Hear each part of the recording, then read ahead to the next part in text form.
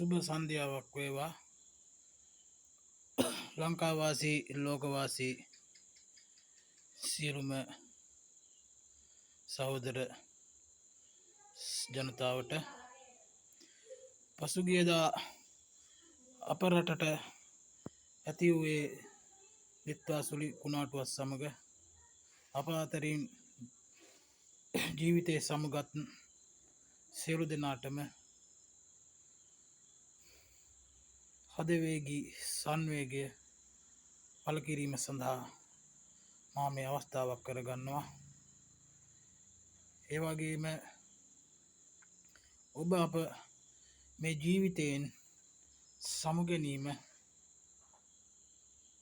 අපගේ මතු උපන් නූපන් මතු පරම්පරාවකටම ඇතිවෙත්තුුණු මහා සුවිශාල පාඩුවක් අවාසනාවන්ත සිදුවීමක්. කෙසේ වෙතත් අප අදහන ආගම් දර්ශන අනුව සියලු ලෝකයේ සියලු දේ ඇතිවීම නැතිවීම අනිත්‍යයක්. එය පොදු කාරණාවක්.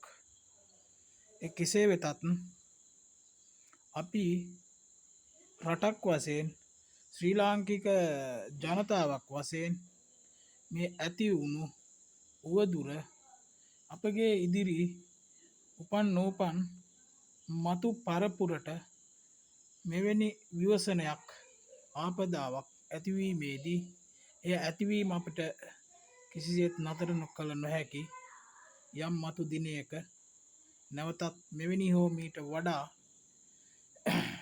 ප්‍රමාණාත්මකව වැඩි විවසනයන් වලට අපට හෝ අපගේ නූපන් පරම්පරාවට මුහුණදීමට සිදුවෙනවා.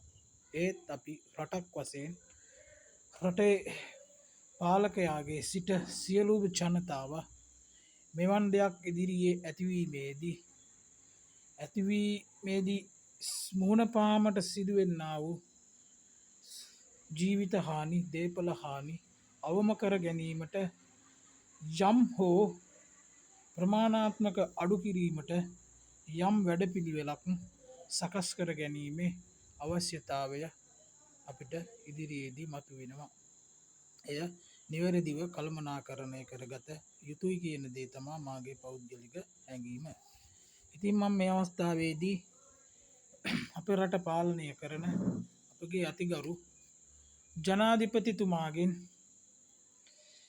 ඉල්ලා සිටින්නේ මෙවන් විපතකදී අපි කෙසේ හෝ මේ රටවැසියන් වශයෙන් විවිධ පාට කන්නාඩිවලින් මේ ලෝකයේ රට දෙස බලා පක්ෂ භේදවලින් කුලමලවලින් විවිධ කෝණවලින් ඔබතුමාට හොඳ නරක විවේචන විශාල රාශියක් ලැබෙනවා. ඒ සියලු දේ ඔබ රටේ පාලකයා වශයෙන් මේ රටේ භාරකරුවා වශයෙන් ඒ සියලු දේ විඳ දරාගෙන විශාල කැපවීමක් මෙහෙයක් සිදු කරන බව අපි දන්නවා. ඉතින් අතිගරු ජනාධිපතිතුමනි, ඔබතුමා ගැන මට නම් පුද්ගලිකව විශේෂයෙන්ම කියන්නට යම් කරුණු කාරණාවක් තියෙනවා. ඒ තමයි මුහුණු පොතේ මේ දවස්වල විවිධ විවේචන යනවා. ඔබේ පන්තියේ රම්බණ්ඩගේ පුතා රජ වුණා කියලා. ඔව්, ඇත්තම මේ රටේ ජනතාවගේ පන්තියේ කෙනෙක් මේ රටේ විධායක ජනාධිපති වෙලා ඉවරයි. ඔහු මැනවින් අඩුපහඩු තිබෙන්න පුළුවන්. එහෙත් ඒ සියලු දේ කළමනාකරණය කර ගැනීමෙන් රටකට අවශ්‍ය නීතිය ආධිපත්‍ය විධානය ක්‍රියාත්මක කරමින් මේ රට ගොඩ නැගීමේ යම් උත්සාහයක නිරත වෙලා තිබෙනවා. ඒ සම්බන්ධව අතිගරු ජනාධිපතිතුමාට පුද්ගලිකවම ඉසනම ආචාර කර සිටිනවා. ඉතින් අතිගරු ජනාධිපතිතුමනි, රටක් පාලනය කර ගැනීමේදී අඩුපහඩු සිදුවෙන්නට පුළුවන්. ඒ කෙසේ සිදු වුණත් ඔබ දරන දේශපාලන මතය ප්‍රතිපත්තිය මොනා වුණත් පුද්ගලිකවම ඔබ මට සැබෑ වීරියෙක්. ඒ මන්ද යත ජනාධිපතිතුමනි, ඔබ පුංචි පවුලක සිටන් ඇවිල්ලා ඔබ පාසල් වියේදීම දේශපාලන යම් ව්‍යාපාරයක් තෝරගන්න.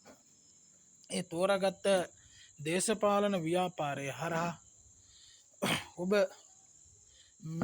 දරණ මතවාදය සමාජගත කරන්න රටේ ජනතාව වෙනුවෙන් යම් මෙහෙවරක් සිදු කිරීම සඳහා විශාල කැපකිරීමක් කරනවා. ඉතින් මම දකිනවා එය පුද්ගලිකවම ඔබ දැරුවේ කැපකිරීමේ මෙහෙවීමේ ප්‍රතිඵලය ඔබ සාක්ෂාත් කරගත්ත ඉතා අති දක්ෂ පුරවැසියෙක් වශයෙන්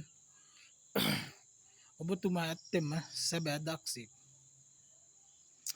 මම මේකෙන් කියන්න උත්සාහ කරන්න සියලු දේ හරි නිවැරදි ඔබගේ දේශපාලන මතය පක්ෂය 100% නිවැරදි කියන. නමුත් ඔබ යම් දෙයක් තෝරගත්තා. ඒ තෝරගත්තු ඒ ව්‍යාපාරය තුළ අවසාන ප්‍රතිඵලය තමා දේශපාලන ව්‍යාපාරයෙන් නිරත වෙන පක්ෂයක හෝ පුද්ගලයෙකුගේ අවසාන අරමුණ තමා ඒ රටේ දේශපාලනය වශයෙන් මේ රටේ ජනාධිපති වීම.